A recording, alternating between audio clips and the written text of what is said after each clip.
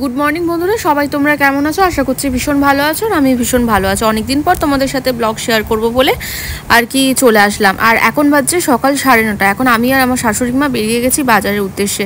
Title thumbnail দেখে তো বুঝতেই পেরেছো। যাই হোক, আগের দিন বৃষ্টি হয়েছিল বলে এরকম কাদা কাদা আর কি রাস্তা, ভীষণ বাজে লাগে জানো তো এরকম কাদা কাদা রাস্তায় হাঁটতে। তো মাছ বাজারে তো আরও বেশি নোংরা থাকে, বুঝতেই পারছো। তাও গেছিলাম আর কি ভিডিও তোমাদের সাথে শেয়ার করব বলে। তো চলো, মাছ নেওয়া আমাদের হয়ে গেছে ফাইনালি। এখন আমরা বাড়ির দিকে যাচ্ছি। তো তারপরে চলো বাড়িতে গিয়ে কথা বলছি, কারণ এত কাদা কাদা রাস্তার মধ্যে ব্লগ করা খুব কষ্টকর হচ্ছিল আর কি। ফাইনালি বাজার থেকে এসে গেলাম, এসে রান্নাঘরে ঢুকে গেছি। আজকে ভীষণ চাপ বলতে পারো।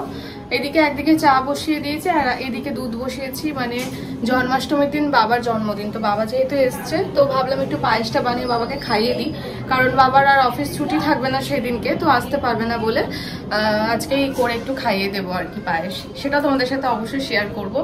এখনো বিছানা তুলতে হবে, সবে মাত্র সুমিত ঘুম থেকে উঠলো। আর আমি আর শাশুড়ি মা আজকে বাজারে গেছিলাম, তোমরা তো দেখলেই, তোমাদের দেখালাম।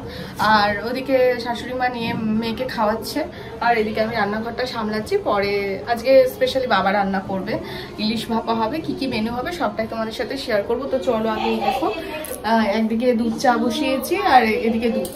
আর আমি, শাশুড়ি মা আর আমার মা খাবো লিকার চা, বানানো হয়ে গেছে, রেখে এসেছি।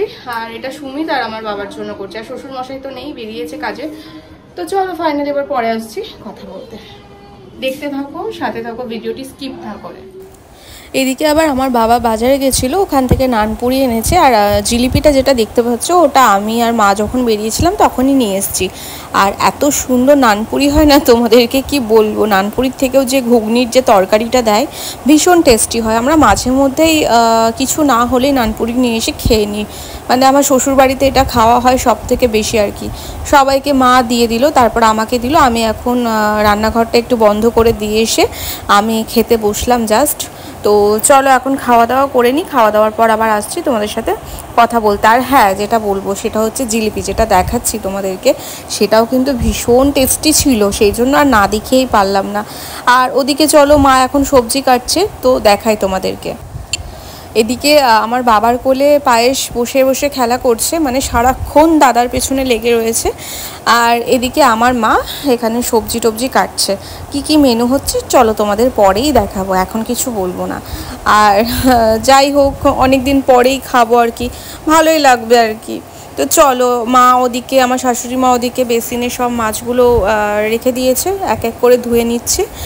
আর চারটে ইলিশ মাছ নেওয়া হয়েছিল, মানে ভাজা আর ইলিশ ভাপা খাওয়ার জন্য আর কি।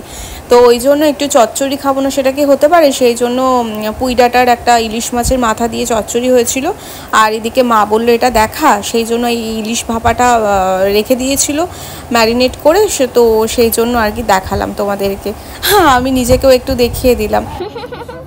Hello, hi, hello. ঘুম থেকে উঠলাম আমি, বলো সবাইকে। নাও তোমার বল নিয়ে খেলা করো। হ্যালো। ওইটা দেখে খুব নাচবে, একা একা খুবই ভালোবাসে। এখন ভেঙে গেল পায়েসের, এখন খেলা করবে পায়েস।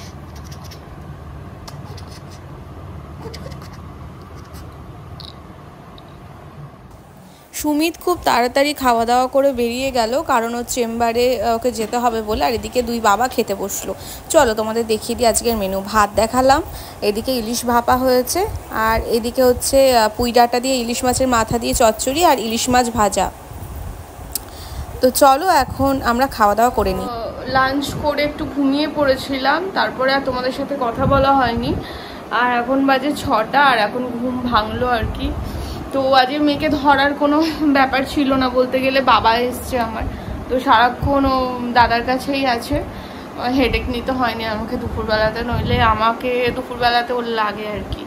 তো যাই হোক, একটু ঘুমিয়ে গেছিলাম, শরীরটা একটু খারাপ খারাপ করছে। তো চলো, বাবা চা খাবে বলছে, তাহলে চা বসিয়ে দিই, রান্নাঘরে যাই, চা করে আবার পরে আবার আসছি তোমাদের সাথে কথা বলতে। তোমরা দেখতে থাকো, সাথে থাকো। সন্ধেবেলায় কিন্তু ভালো ভালো কিছু স্ন্যাক্স ইচ্ছে আছে বানানোর, তো সবটাই তোমাদের সাথে শেয়ার করব। চা নিয়ে আমি এ ঘরে আসলাম, যেহেতু সবাই রয়েছে একসাথে চা আড্ডা করতে ভালোই লাগে, তাই না বল? অনেক দিন পর সবাইকে পেয়েছি। আর এদিকে পায়েস তো খেলা করছে ঠাম্মির সাথে, আর এদিকে বাবা অর্থাৎ শ্বশুর মশাই সন্ধ্যেটা দেখাচ্ছে।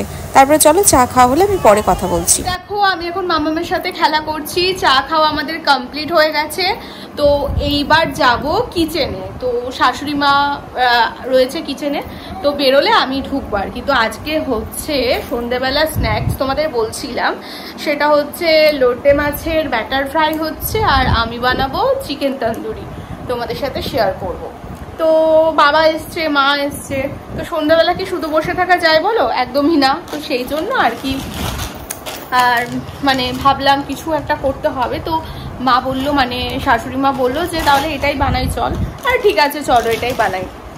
আর এই দেখো মাম্মা এইদিকে খেলাও করছে, এই যে মাম্মা মাম্মা হ্যালো হ্যালো বলে দাও, হ্যালো হ্যালো। তো যাক, ওর আজকে একটু শরীরটা ভালো নেই, ওই জন্য আর কি একটু চুপচাপই আছে, সেরকম খেলছে না। একটু ঠান্ডা টান্ডা লেগেছে আর কি। মা ধরো ধরো পড়ে যাবে, ঠান্ডা টান্ডা একটু লেগেছে আর কি। তো চলো বেশি কথা বলবো না, চলো রান্নাঘরে গিয়ে সোজা গিয়ে কথা হচ্ছে তোমাদের সাথে। এদিকে দেখো মা তো বাটার ফ্রাই করতে লেগেছে, আর ওদিকে প্রিহিটে বসিয়েছি। তো তন্দুরিটা আমাকে শাশুড়ি মায়ের হাতে করে শিখিয়েছে, তার জন্য আমি বললাম আমিই বানাবো।